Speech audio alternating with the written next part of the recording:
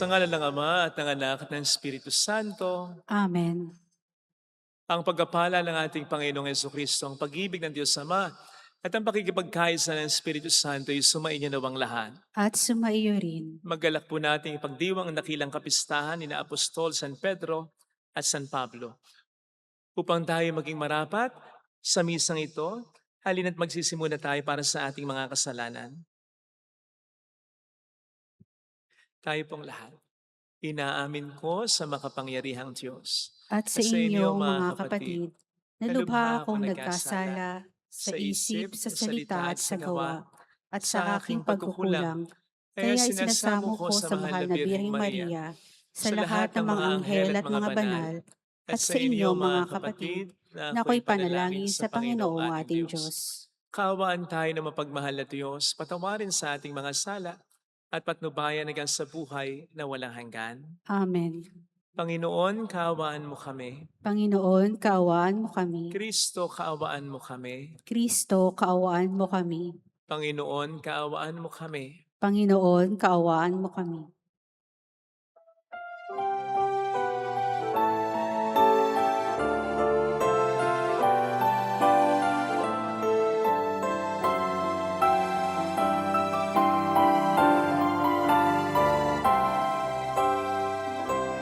Luwalhati sa Diyos sa kaitaasan, kaloob sa luma'y kapayapaan. Pinupuri ka, ipinagdarangal, sinasamba ka namin sa dakila mong kalwalhatian. Panginoon naming Diyos sa ng langit, Amang makapangyarihan, Panginoong Jesucristo, bugtong nanak ng Diyos, Kordero naman. Ikaw na nag-aagis ng mga kasalanan ng sanlibutan. Tanggapin mo ang aming kahilingan, ikaw na nalulunod sa kanan ng Ama. Maawa ka sa amin, ikaw lamang ang banal, Panginoong Jesucristo, kasama ng Espiritu, sa luwalhati ng Ama. Amen, amen, amen.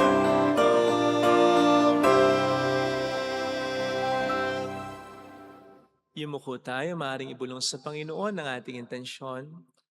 Magdasal natin ang mga tumutulong sa ating simbahan, ang mga nagpapamisa, ang mga may sakit at ang mga nag-aalaga sa kanila, ang mga kasama nating nagsisimba. Manalangin tayo.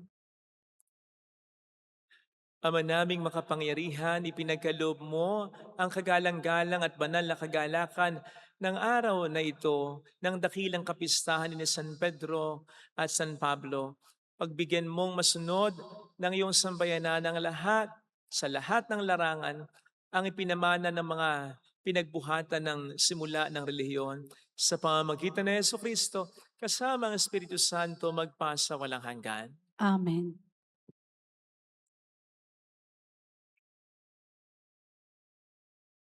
Ang salita ng Diyos mula sa mga gawa ng mga apostol. Noong mga araw na yun, sinimulang usigin ni Haring Herodes ang ilang kaanib ng simbahan. Pinapugutan niya si Santiagong kapatid ni Juan.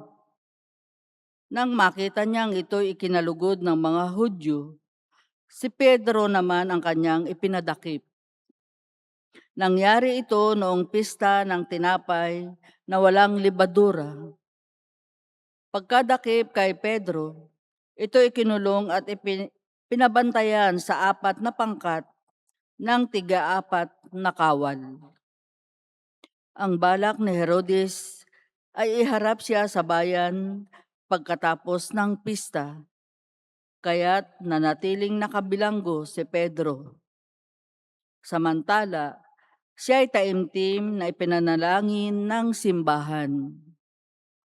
Gabi noon, Si Pedro'y natutulog sa pagitan ng dalawang kawal. Gapos siya ng dalawang tanikala at may mga tanod pa sa harap ng pinto ng bilangguan. Siya ay nakatakdang iharap ni Herodes sa bayan kinabukasan. Walang ano-ano'y lumitaw ang isang anghel ng Panginoon at nagliwanag na mabuti sa silid piitan.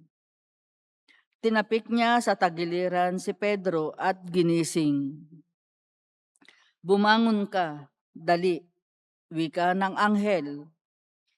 Pagdakay nakalag ang mga tanikala sa kanyang mga kamay. Magbigkis ka at magsuot ng panyapak, sabi ng anghel. Gayon nga ang kanyang ginawa. Sinabi pa sa kanya ng anghel, magbalabal ka't sumunod sa akin. Lumabas naman si Pedro at sumunod sa kanya. Ngunit hindi niya alam kung tunay ang nangyayari. Ang akala niya ay nananaginip lamang siya. Nakalampas sila sa una at pangalawang bantay. Nakarating sila sa pintuang bakal na labasan patungo sa lungsod. Ito'y kusang nabuksan at lumabas sila. Pagkaraan nila sa isang kalye, biglang nawala ang anghel. Naliwanagan ni Pedro ang nangyari, kaya't sinabi niya, ngayon ko natiyak na totoo palang lahat. Sinugo ng Panginoon ang kanyang anghel at iniligtas ako sa kamay ni Herodes at sa inaasahan ng mga Hudyo na mangyayari sa akin. Ang salita ng Diyos. Salamat sa Diyos. Ang Diyos ang siyang nagligtas sa aking takot at sindak. Ang Diyos ang siyang nagligtas sa aking takot at sindak. Panginooy aking laging pupurihin. Sa pasasalamat di ako titigil. Aking pupurihin kanyang mga gawa.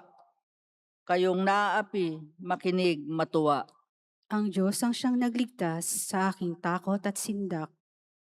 Ang pagkadakila niya ay ihayag, at ang ngalan niya ay purihin ng lahat. Ang aking dalangin dininig ng Diyos, nawala sa akin ang lahat kong takot. Ang Diyos ang siyang nagligtas sa aking takot at sindak. Nagalak ang aping umasa sa Kanya, pagkat dinabigo ang pag-asa nila. Tumatawag sa Diyos ang walang pag-asa, sila'y iniligtas sa hirap at dusa. Ang Diyos ang siyang nagligtas sa aking takot at sindak. Anghel yaong bantay sa may takot sa Diyos. Sa mga panganib sila'y kinukup. Ang galing ng puon, hanaping masikap. Yaong nagtiwala sa Kanya at nagligtas, ay maituturing na taong mapalad. Ang Diyos ang siyang nagligtas sa aking takot at sindak.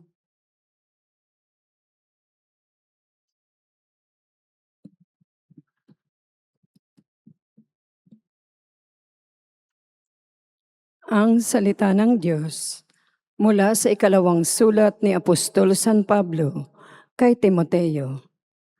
Pinakamamahal, ako'y iaalay na. Dumating na ang oras ng pagpapanaw ko sa buhay na ito. Puspusan akong lumaban sa paligsahan. Natapos ko na ang dapat kong takbuhin. Nanatili akong tapat sa pananampalataya. Kakamtan ko na ang korona ng pagtatagumpay. At sa araw na yaon, ang Panginoon siyang makakatarungang hukom.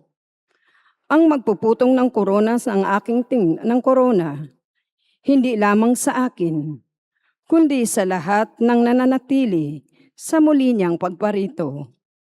Ngunit pinatnubayan ako ng Panginoon at binigyan ng lakas upang maipahayag sa mga hintil ang salita. Nagligtas ako sa tiyak na kapahamakan Ang Panginoon ang magliligtas sa akin sa lahat ng kasamaan, at siya rin ang maghahatid sa akin sa kanyang kaharian. Sa langit, purihin nawa siya magpakailanman. Amen. Ang salita ng Diyos. Salamat sa Diyos.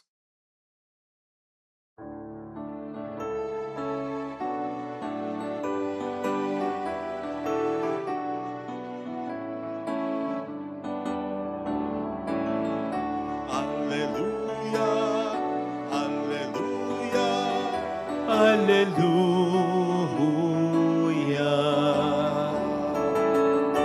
Alleluia. Alleluia. Alleluia.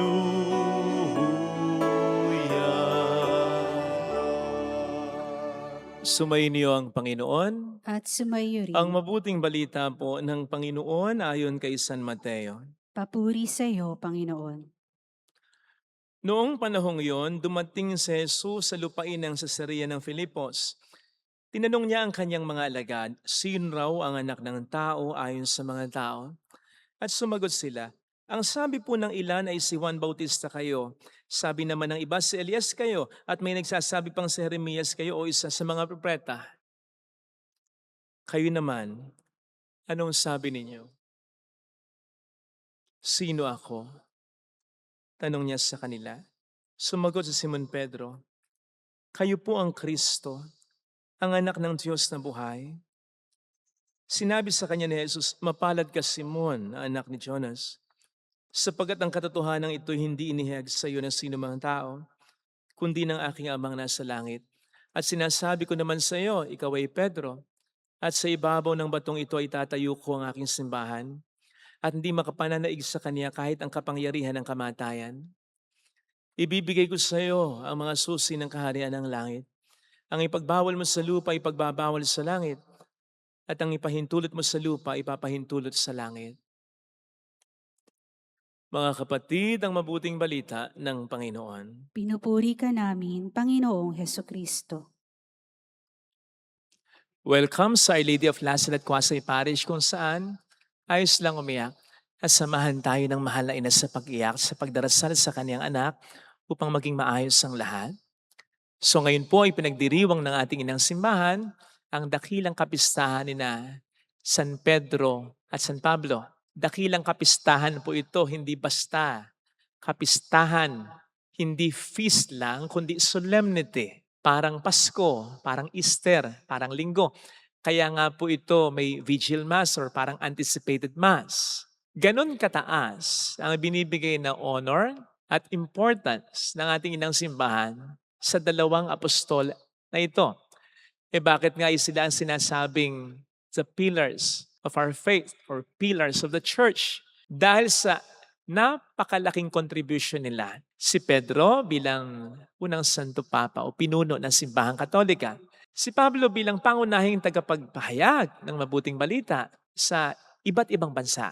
Sila rin ay parehong nagbuwis ng buhay para sa pananampalatayang ito nung panahon ni Emperor Nero. So, both of them did not back down sa oras ng matinding pangangailangan ng ilang simbahan. Kaya marapat lang ang ganitong klaseng pagdiriwang. Yun nga lamang po pwedeng ang maging interpretation natin, masyadong malakas, masyadong magaling ang kakayanan na San Pedro at San Pablo. Pwede nating isipin na they were perfect or they did not fail dahil ganito katindi yung pagdiriwang natin at sila'y tinatawag ng simbahan bilang haligi ng pananampalataya natin until we are reminded of their major sins or mistakes. Si Pedro, tinatawa si Kristo hindi lang makaisa kundi makatatlo. Si Pablo bilang pangunahing taga-usig noon ng mga unang Kristiyano. Akalain po ninyong sa presence niya, pinatay, binato hanggang sa mamatay ang unang martir ng simbahan na kanyang baka hindi lang ipinagkibit balikat kundi baka ikinatuwa pa niya yan during that time. And not to mention yung kanilang mga weaknesses. Si Pedro, mapusok. Minsan parang hindi nag-iisip. May yabang. Si Pablo, may tinatawag na thorn in the flesh. na hindi masyadong nilinaw sa banal na kasulatan, pero sang-ayon sa mga dalubhasa, ito'y tumutukoy sa isang matinding kapintasan. So, kung titingnan mo yung mga naging kasalanan nila at yung kanilang mga kapintasan, isipin mo, sila nga ba ang tinatawag na haligi ng simbahan? Di ba pag sinabing haligi, dapat matatag yan? Parang hindi naman sila ganyan. Well, totoo po, sapagkat ang pinagdiriwang po ng ating inang simbahan ngayon ay hindi ang kalakasan kagalingan ng dalawang apostol na yan na kulang, kundi ang kagandahang loob ng Diyos na pumili sa kanila at siyang naging lakas nila. Hindi naman po kasi pumipili talaga ang Diyos ng mga perpektong tao kung meron man. Ang pinipili ng Diyos ay yung mga may mababang loob na papayag magpagamit sa kaniyang kalooban, na maging daluyan ng kanyang biyaya sa sangkatauhan. Kaya ito yung magandang balita para sa ating lahat eh. Kasi yung iba dyan pwedeng sabihin, o baka nga iniisip na natin, makasalanan ako, mahirap lang ako, wala akong maibibigay, wala akong maiambag. Ano ba naman ang kaya ko, hindi rin ako matalino. Paano kung magagamit ng Panginoon para sa kanyang dakilang layunin sa mundo at sa pamilya ko? Well, those things do not disqualify you. For as long as gugustuhin natin na maging daluyan ng pagpapala ng Diyos sa ating kapwa-tao. Ang mahirap pa nga ay yung sa una pa lang isipin mong kayang-kaya mo na. Kaya ko yan. Nako, alam naman natin ang Diyos ay galit sa mga mayabang. Binababa niya yan. Tinuturuan niya ng leksyon yan. Natatandaan ko po nung kami nag-a-apply sa seminaryo. Meron akong kaming mga kasabayan na valedictorian, salutatorian, mga young professionals pa yung iba. Sa loob-loob ko, buti pa sila. Una pa lang may edge na. Kasi may exam eh. May written exam. Ako kahit minsan di ako na-honor eh. At yung asta nila with confidence talaga. And true enough, sapagkat sila ang unang natapos mag-exam, pagkatapos, alam niyo yung lakad na parang yabang, na may glance ng konti sa'yo na parang sinasabi, hina mo naman. So natapos yung exam, meron pang interview. Yun. Pagkatapos ng mga process na yan, in-invite na yung mga nakapasa at wala sila. Wala sila. Hindi pala nakapasa. Sa loob-loob ko, sayang, wala sila. Sana nandun sila kahit di sila nakapasa para nadaanan ko rin sila. Parang nasabihan, hina nyo naman. Joke lang. Hindi po totoo yan. Joke lang yan sapagkat maliwanag na sa akin noon pa man, hindi ko kaya ito. Hindi ko talaga kaya ito kung wala ang biyaya ni Kristo. Hindi po ako matalino. Alam yan ng mga teachers at classmates ko. Hindi po ako matapang. Alam yan ng mga nakakakilala sa akin. Wala akong lakas ng loob talaga. Sa totoo lang na humarap sa maraming tao. As a matter of fact, bago ako mag-sermon, tanongin po ninyo, yung mga sakristan dito, lagi akong may nasasabihan dyan, pagdasal mo ako pagdasal mo ako. Hindi rin po ako laging mabait, may toyo din po ako. Nakukonsensya nga ako kung minsan pag sinasabi ng mga tao, Father, ang bait-bait mo. Ang context niyan madalas, alam niyo, pag may nagpapapicture. Yung bang, kasi nagpapapicture lang naman po tayo ng maramihan kapag last mass sa umaga, 9:30 a.m. Kapag 8 hours ka na ako nakatayo, hindi pa ako kumakain, pagod na ako. Tapos may magpapapicture, group picture na 3 beses. Yung una seryoso, yung pangalawa waki, yung pangatlo ay yung napikit yung may-ari ng telepono. Kaya at pagkatapos ng group picture, magpapapicture pa yan, isa po sila, di ba? Paano ka matutuwa? Sa loob-loob ko, inis na ako eh. Sabihin na, ang bait-bait naman ni Father, kung alam mo lang, kinakagat ko lang yung dila ko. At nagdadasal ako na wag lumigwak ang toyo ko. Hindi rin po ako banal. Nakagawa din po ako ng mga pagkakasala o pagkakasala na kung malalaman mo lang dati, baka naisip mo, paano naging pari ito? Sa totoo lang po, ako rin nagtataka. Pero isang bagay ang sigurado ako, sa kabila ng mga naging kasalanan at kapintasan ko, isang bagay ang sigurado ko. Willing na willing ako noon pa man, hanggang ngayon, na paggamit sa Panginoon upang maging daluyan ng kanyang biyaya. Gustong gusto ko yun noon pa man. Sabi ko nga, nagkataon lang na nasa social media ako ngayon, pero kahit nawala ako, kung ano yung ginagawa ko ngayon, gagawin ko pa rin. Paano kung binibigay lagi yung best ko sa ministry ko, sa mga paggawain, in organizing people, in leading them. Ganito na ako eh. Ganito na ako dati. Kasi gusto ko talaga na maging daluyan ng biyaya sa iba. Kaya kahit di ako matalino noon pa man, sipag na ako, nagsisikap na ako. Kaya kahit di malakas ng loob ko, pinipilit ko yung sarili ko, tinatapangan ko. Kaya kahit di ako tunay na mabait, nagsisikap akong maging mabait. Kaya kahit ako yung nagkasala, tulad ni Pedro, tulad ni Pablo, alam ng Diyos na bumawi ako. So hindi po talaga hadlang ang ating mga kasalanan, kapintasan, gaano man kalaki yan, kung isusuko natin sa Diyos yan. Kung tayo magiging tulad ni Pedro na ang sabi kay Kristo, lumayo po kayo sa akin, Panginoon, sapagkat ako'y makasalanan o makasalanan. Kung tayo magiging tulad ni Pablo na sabi kay Timoteo, ako ang worst sa lahat ng mga makasalanan. Kung isusurrender natin sa Panginoon lahat yan at magmamakaawa na tayo kanyang sa kaluluhan. Hindi na po magiging kapintasan, hindi na po magiging kahinaan, magiging kalakasan na po natin. Sabi nga ni San Pablo, kung kailan ako mahina, doon ako malakas. Sapagkat mas magiging maliwanag sa atin na wala tayong ibang pinakaasahan lamang, kundi ang Panginoon lamang. Kapag nagsasermon ako, halimbawa na lang, mas gusto ko po yung kinakabahan ako kasi pag kinakabahan ako, mas nagdarasal ako at mas umaasa ako sa Diyos. Mas nagiging maayos yung sermon. Mas may inspiration. Kesa yung kumpiyansa ako. Nako, mas marami kong nakakalimutan. Mas maraming nagiging pagkakamali ko. And I think, ganun din sa buhay natin.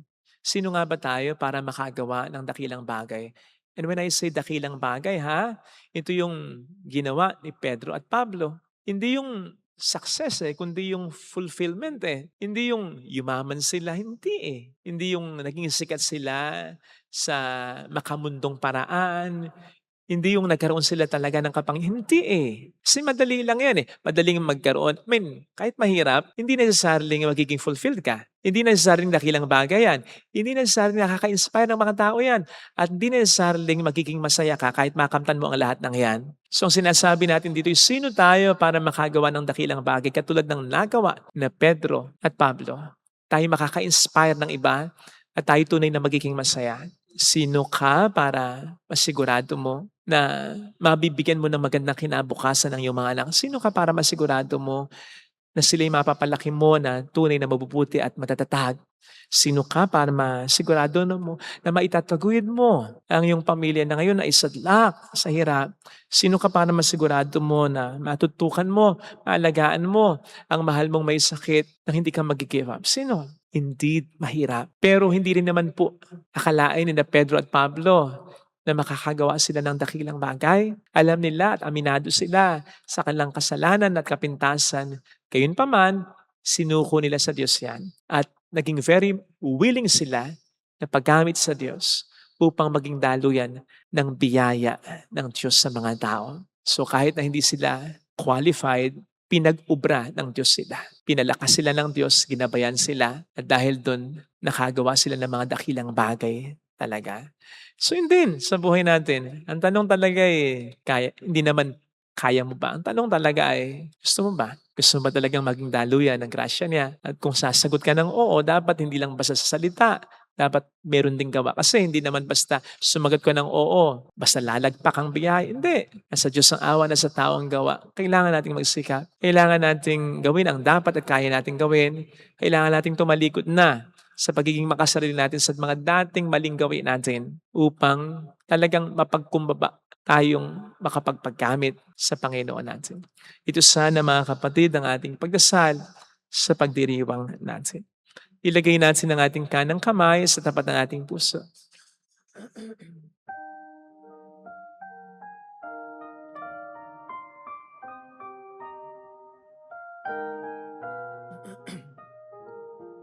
Alam kong may magagawa ang Diyos. Alam kong may magagawa, makapangyarihan siya. Alam kong may magagawa ang Diyos. Alam kong may magagawa Walang imposible sa Kanya. ang Diyos. Kung ako'y magtatapat, Kung ako'y magtatapat sa Kanya'y maglilingkod, sa Kanya'y maglilingkod. alam kong may magagawa ang Diyos. Alam kong may magagawa ang Diyos. Alam kong di ringin ng Diyos ang samot Alam kong di sapagkat anak niya ako. ringin ng Diyos ang samo ko. Alam kong di ringin ng Diyos ang samo ko Alam kong di sapagkat Diyos, alam niya ang samo ko. ang nararanasan. Kung ako'y magtatapat, kung ako'y sa Kaniya'y maglilingkod, sa Kanya'y maglilingkod. alam kong diringkin ng Diyos ang samo ko. Diringgin ng Diyos ang Pumikit tayo, samo Panginoon. ko. Alam ko ang mga kasalanan ko, alam ko ang mga kahinaan ko. Pero gusto kong maging daluyan ang pagkapala mo. Tulungan mo po akong magmapako sa nakaraan, sa kalungkutan, at maging sa kahihiyan. Tulungan mo akong makabangon, makamove on, at madala ko rin ang aking mga mahal sa buhay sa magandang kalagayan o sitwasyon. Hindi ako sigurado kung kaya ko, pero sigurado ako, tutulungan mo ko. Hindi ko alam kung anong magagawa ko, pero alam ko makakagawa ako ng mga dakilang bagay, makaka-inspire sa tao, magiging kasiyahan ko kung tutulungan mo ako. Hallelujah! Purihin ng Diyos. Hallelujah! Pasalamatan siya. Siya ay muling babalik sa atin. Hindi niya tayo iiwan. Hindi niya tayo pababayaan. Paniwalaan po natin yan. Hallelujah! Purihin ng Diyos. Hallelujah! Sa takdang panahon, babalik ang Panginoon upang tayo ay tapat siya sa kaniyang mga pangako. Sabihin mo sa sarili mo, mayroong magandang mangyayari sa iyo. Ako yan. At hindi ako ang nagsabi nito. Ang Panginoon. All things work together for the good of those who love Him. Ang nagpapakababa ay kanyang itataas. Ano man ang kaya natin, itutuloy niya. Ang ating nasimulan, siya ang tatapos yan. Basta't gawin natin ang kanyang kalooban. Let's be selfish. Isipin lagi ang kapakanan ng iba bago ang ating sarili kung lalapit kay Jesus. Mamatay tayo sa ating sarili para magamit niya tayo sa lalong mas mabuti. Papuri sa Ama at sa Anak at sa Espiritu Santo. Kaparan sa unang-una ngayon magpakailanman at magpasawalang hanggan. Amen.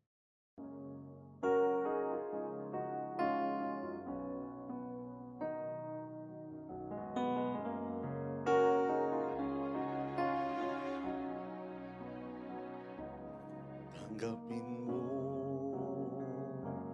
Panginoon, itong aking alay sa iyo. Ibibigay, ialay,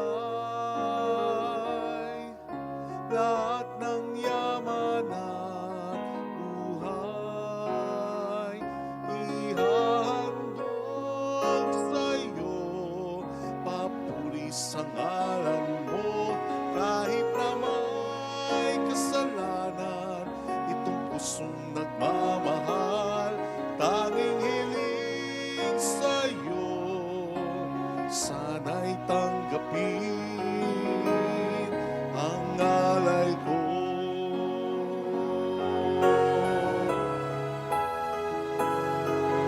Ako ay tumatawag sa iyo. Sana'y tanggapin, sana'y tanggapin, sana'y tanggapin ang alay ko.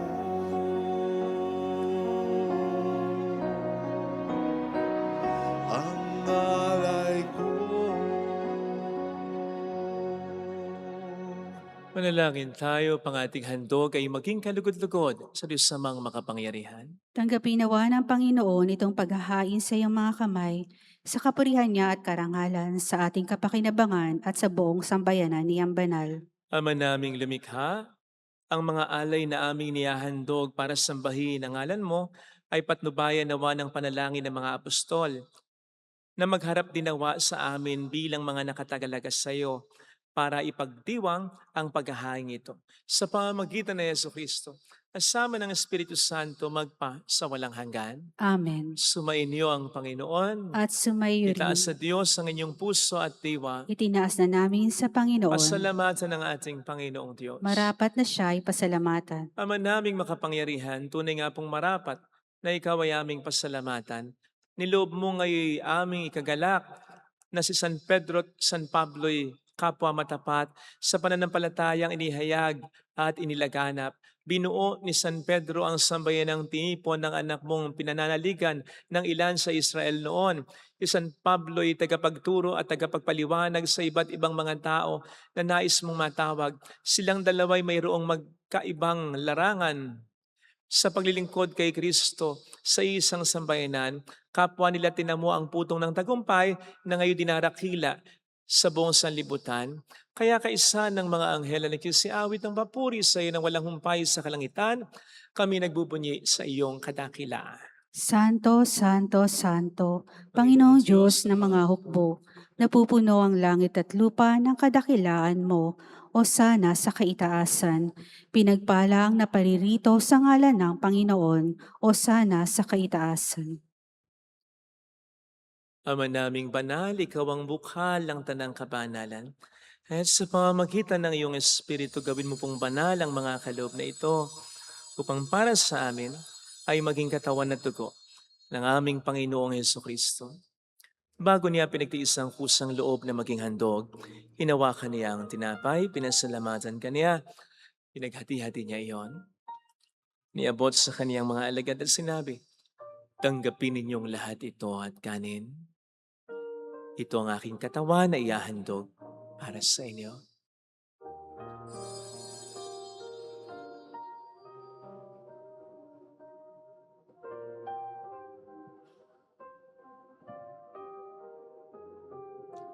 Kaya hindi naman nang matapos ang hapunan, hinawakan niya ang kalis, muli kaniyang pinasalamatan. Iniabot niya ang kalis sa kaniyang mga alagad at sinabi, "Tanggapin ninyong lahat ito at inumin. Ito ang kalis ng aking dugo ng bago't walang hanggang tipan. Ang aking dugo na ibubuhos para sa inyo at para sa lahat sa ikapagpapatawad ng mga kasalanan. Gawin niyo ito sa pag-alala sa akin."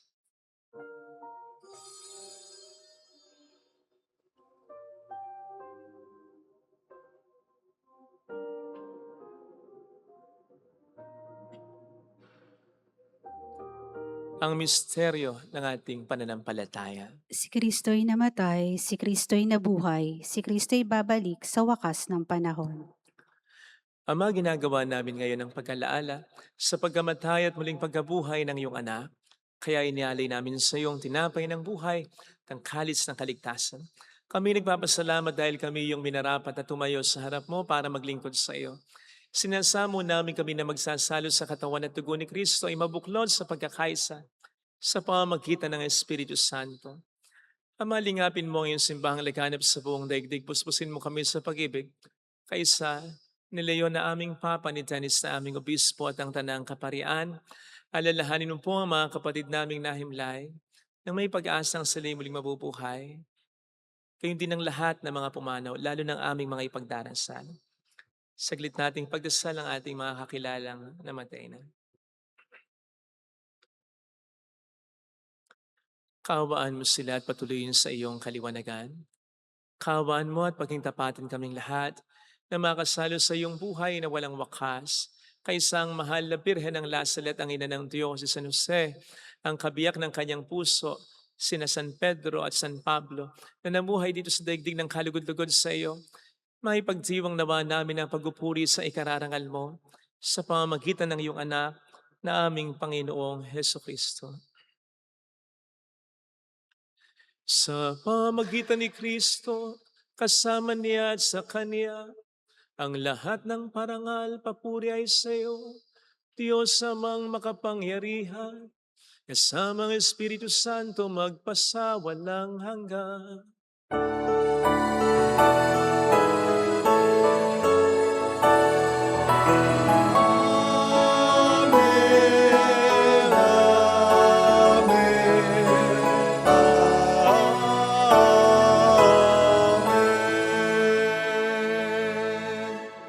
Tumawag tayo sa Ama.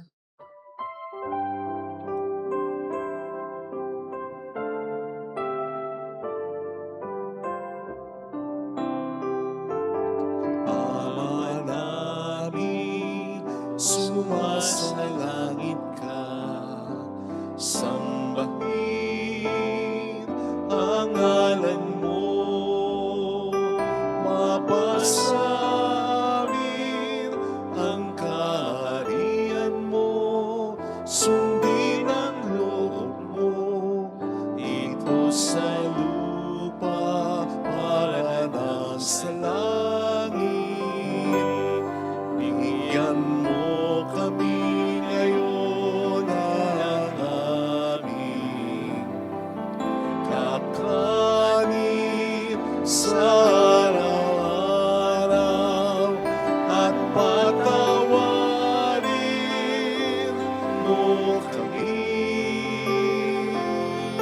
sa aming mga sala para ng pagpapatawad namin sa nagkakasala sa amin, at huwag mo kaming ipahintulot sa gusto, at iadya mo kami sa lahat ng masama. Niling namin kami adya sa lahat ng masama, pagkalooban ng kapayapaan na araw-araw, iligtas sa kasalanan, samantalang aming pinaghahandaan ng dakilang araw ng pagpapahayag ng tagapagligtas namin sa Heso Kristo. Sapagkat iyo ang kaharian, ang kapangyarihan at ang kapurihan magpakailanman. Amen. Panginoong Heso Kristo, sinabi mo noon, sinasabi mo rin sa amin ngayon, kapayapaan ang iniiwan ko sa inyo, aking kapayapaan ang ibinibigay ko. Tunghayin mo ang aming pananampalataya, wag ang aming pagkakasala. Pagkalooban mo kami ng kapayapaan at pagkakaisayo sa iyong kalooban, kasama ang Espiritu Santo magpasa walang hanggan. Amen. Ang kapayapaan ng Panginoon ay sumainyo nawang lahat. At sumayo rin. Magbigayan tayo ng kapayapaan sa isa't isa. Kapayapaan po. Espiritu, kapayapaan. Kordero Pero ng ng Diyos Diyos na nag-aalis ng mga kasalanan ng sanlibutan, maawa ka sa amin. Kordero ng Diyos na nag-aalis ng mga kasalanan ng sanlibutan, maawa ka sa amin. Kordero ng Diyos na nag-aalis ng mga kasalanan ng sanlibutan, ipagkaloob mo sa amin ang kapayapaan.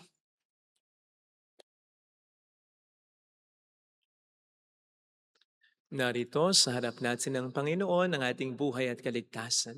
Mapalad tayong inaanayahan. Panginoon, hindi ako karapat-dapat na magpatuloy sa iyo, ngunit sa isang salita mo lamang ay gagaling na ako.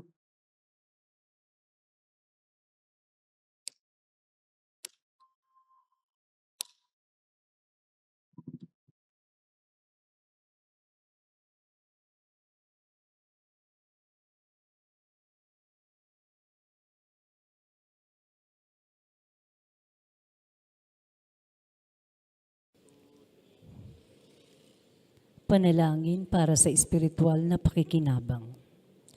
Panginoong Hesus, ako ay naniniwala na ikaw ay nasa kabanal-banalang sakramento. Iniibig kita ng higit sa lahat at ninanasa kong tanggapin ka sa aking kaluluwa. Sapagkat sa mga sandaling ito, hindi kita matatanggap sa sakramento. Tumuloy ka sa espiritu sa aking puso. Niyayakap kita na parabang naririto ka na. Inaalay ko ng buong buo ang aking sarili sa iyo. Huwag mong hayaang mawalay ako sa iyo. Amen.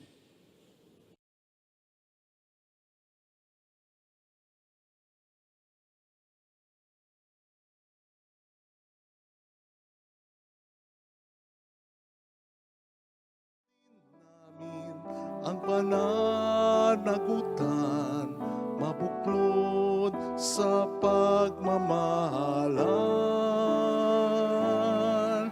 Narito sa iyong piling ang iyong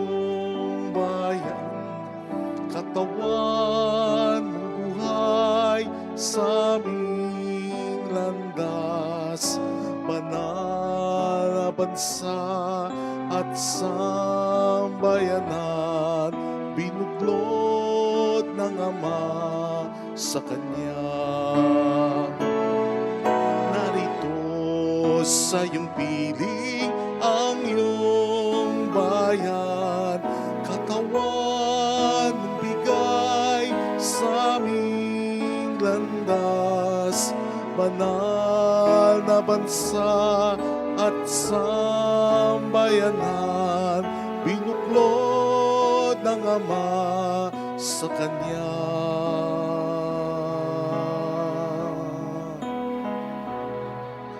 Binuklod ng Ama sa Kanya. Manalangin tayo. Ama naming mapagmahal, kaming pinapagsalo mo sa banal na pakikinabang, ay makapamuhay nawa bilang iyong sambayanang nananatili sa itinuro ng mga apostol sa paghahati-hati ng tinapay, nagkakaisa ng damdamin at isipan at pinanatatag ng iyong pagmamahal. Sa pamamagitan ni Jesucristo, asama ng Espiritu Santo magpasa walang hanggan. Amen. Holy God, Holy Mighty One, Holy Immortal One. Have mercy on us and on the whole world. Holy God, Holy Mighty One, Holy Immortal One. Have mercy on us and on the whole world. Holy God, Holy Mighty One, Holy Immortal One. Have mercy on us and on the whole world. Jesus, King of Mercy, We trust in you. alalahanin. Alalahanin ng mahal na Birhen ng Lazaret, ina ng pag-asa, ikaw ang nagpaalala sa aming magbalik loob sa Ama. Ito ang nagpapatunay na ang kagandahang loob mo'y nananatiling busilak. Sa pag-aaruga mo sa amin, tungkulin mo'y tinupad. Sa paanan ni Kristo'y itinuring mo kaming mga tunay mong anak. Kaya ninais mong ni isa'y huwag mapahamak. Maging sa iyong walang tigil na pananalangin, pati luhay pumatak. Huwag naman mawala ng saysay ang iyong paghihirap. Hiling nawa namin sa iyo o aming inang liyag, na matapos ang pakikibaka namin sa mundong ito at sa pananatili naming tapat kay Kristo, sa kapurihan mo'y makibahagi kaming ganap, upang kung nasaan ka ngayon ay maparoon din kaming lahat at ang kaganapan ng kalwalatian ng Diyos Amay tuluyang matupad siya nawa. Mahal na Birhen ng Lazaret, tagapagkasundo ng mga makasalanan. Ipanalangin mong walang patid kami mga dumudulog sa iyo. Marami pong salamat sa inyong pakikisa sa mga tinutulong po ninyo na nagiging dahilan para marami po tayong matulungan. Salamat po sa inyong tiwala. Salamat po sa pagmamahal ninyo sa simbahan. Salamat po. Sumainyo ang Panginoon. At sumayo rin. Pagpalain kayo kasama ng ating pamilya na mapagmahal na Diyos, ng Ama at ng Anak, ng Espiritu Santo. Amen. Umayo tayo sa kapayapaan ni Kristo. Salamat sa Diyos. Thank you po.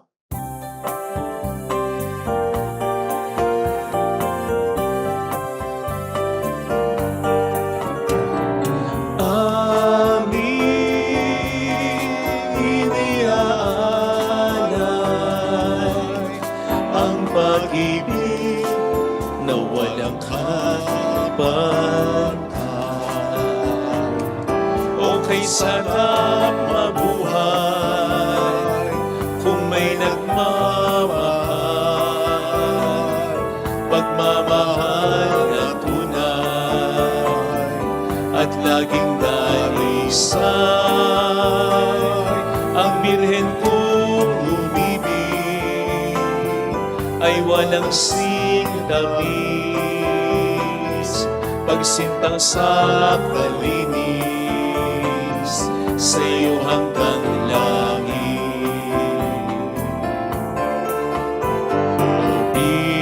Birhen, Birheng mahal, sa awit at sa dasal.